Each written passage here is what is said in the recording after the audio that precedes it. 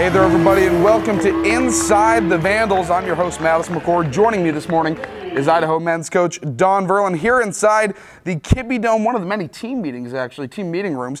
Nice little venue for us as the Count Spectrum is still being put up from the Lionel Hampton Jazz Festival. And Coach, one game this weekend. You guys actually had the sole game of any Idaho team down in Pocatello playing Idaho State. The key thing, Coach, you guys get the win. Talk about your general thoughts of that basketball game, getting the win against the Bengals. Well, it's always a tough game when you play a game of that magnitude. You know, it's a rivalry game for us in the middle of your conference season.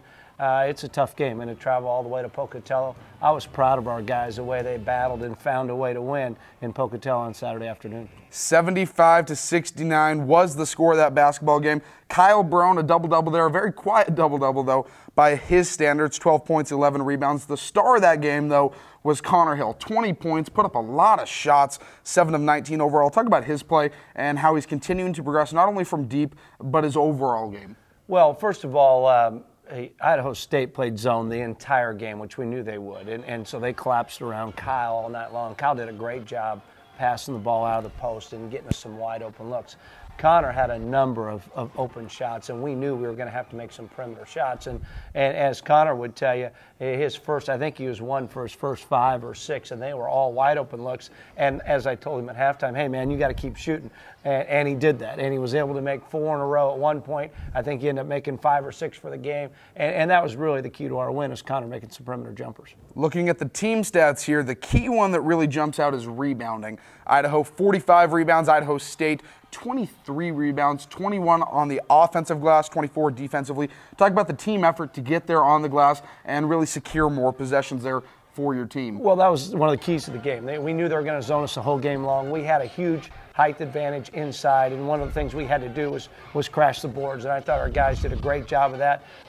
Kyle did a good job, Stephen Madison, Mike McChristian, a number of those guys were very active around the glass, and anytime someone zones you, that's the weakness of the zone defense, and we did a good job exploiting that weakness. Maybe one area where improvement still needs to be seen, and it's been kind of a trend the last couple games, is opposing team shooting percentages. Idaho State shoots the ball at a 48% clip, 42% from deep. I know that's a number you want to see continue to go down. How do you continue to work on that as you get to these last 3 games of the WAC? Well, you got to do what you do, and we got to do a better job contesting shots. Now, Idaho State made some really tough shots, no question about it. We had guys hanging on them, and they knocked down some wide open threes. They executed very well, especially in the second half, and you know, I think it's one of those things we got to keep emphasizing it. We got to keep working on it, and it's going to be huge this weekend when we face the Texas schools. Now, Coach, another player in double figures was senior guard Mike McChristian, and again, he's really been a story of switching, starting the season at the point guard position, then over to the 3 guard, sometimes back at the 1. It really is varying. His versatility is a key to this team, and our Alyssa Charleston actually had a second to sit down with Mike and talk about how his role has changed throughout this season. Thanks, Madison. I'm here with senior guard Mike McChristian, kind of known as the utility man on the Idaho team here, and your role has changed since last year. You know, last year you were definitely an important player coming off the bench, helping out Landon and Jeremy. Your role is definitely different this year. Talk about that a little bit. Well, last year, like you said, I was coming off the bench, so I would just come into the game, try to provide energy and defense. Whenever Landon and Jeremy needed a break, just kind of fill that spot for them, make it easier. Versus this year, I'm in the starting position now. Started at the point guard at the beginning of the season. That kind of changed throughout the course of the season, but I kind of remained in the starting lineup throughout the whole season. So I think my role has changed. I think the team needs more from me. In the sense that I have to be more of a leader out on the floor versus coming off the bench, and just kind of set the tone from the beginning of the game and carry it throughout. And talk about that leadership role a little bit. I mean, when you guys are down, things aren't exactly going your way, maybe you're not hitting shots, what can you do, what can you say to your teammates to keep them up and, you know, finish the game? Well, just not only on the floor, but during timeouts, you got to kind of grab everybody's attention and let everybody know that, you know, although things may not be going our way at this specific point in time, it's going to be all right. We got to stay together and come closer as the adversity hits rather than break apart. So I just kind of try to reach out to every single guy, rather than being out on the floor or guys that are coming in off the bench. Just kind of keep everybody in it and make sure everybody's still on the same page.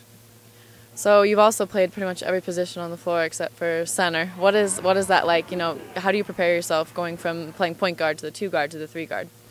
Well, you just have to be prepared. I mean, a lot of reps in practice. You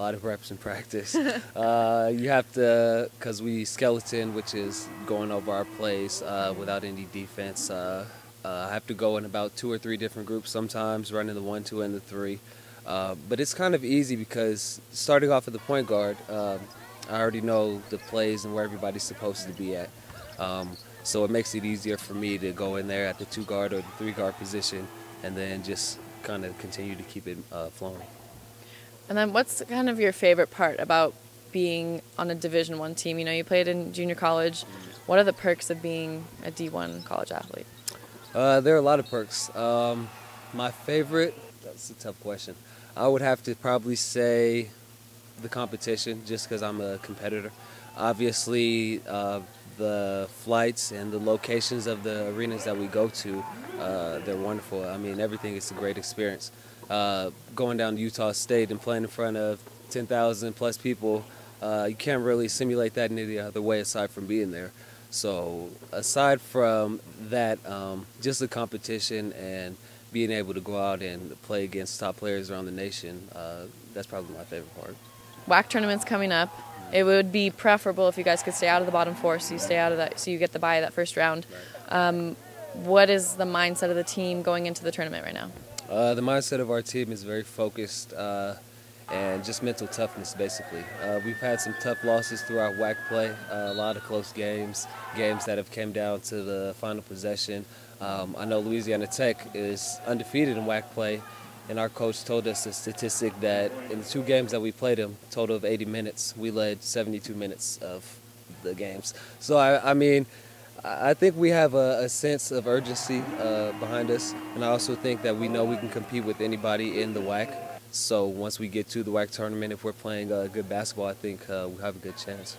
You're also a broadcast and digital media student. I'm with you on that. What kind of path do you want to go on with that? I love sports, have a passion for sports. Being a sports anchor or broadcaster is something that I could definitely see myself doing. I think it's really cool because you get to be on the floor playing, and you also, the courses that we're taking allow you to see what happens on the other side. I mean, there's so much that goes behind the coverage of sports that if you're not in the major, you really don't know. I mean, from production to filming to interviews, it's all fun. So I think that even if I weren't playing, just being around the game in that aspect and still covering it, that would be good, every once in a while. Cool. Well, you could be seeing me, Mike, and maybe Madison. You can join us too on the any sort of sports television show. You may see us all there one day. Back to you, Madison. So, Coach, this just shows that Mike is not only a great guy on the court, but off the court. Talk about how he has changed, not only playing the game of basketball, but really as a person in the 2 years that he's been here for you. Well, first of all, Mike's a great kid, and he's a very good student. He's working extremely hard. He'll graduate at the end of the spring semester. And where I'm proud of Mike is he's got the highest GPA on our team, or the second highest GPA. It kind of rotates between him and Matt Borton, but he's done a very good job in the classroom. And then he's taken that, his smarts and his work ethic to the court and done a great job this year playing about 3 positions night in and night out for us. So, Coach, we're going to take a quick break. When we come back, you're heading down to Texas this week, UTSA and Texas State, right after this on Inside the Vandals.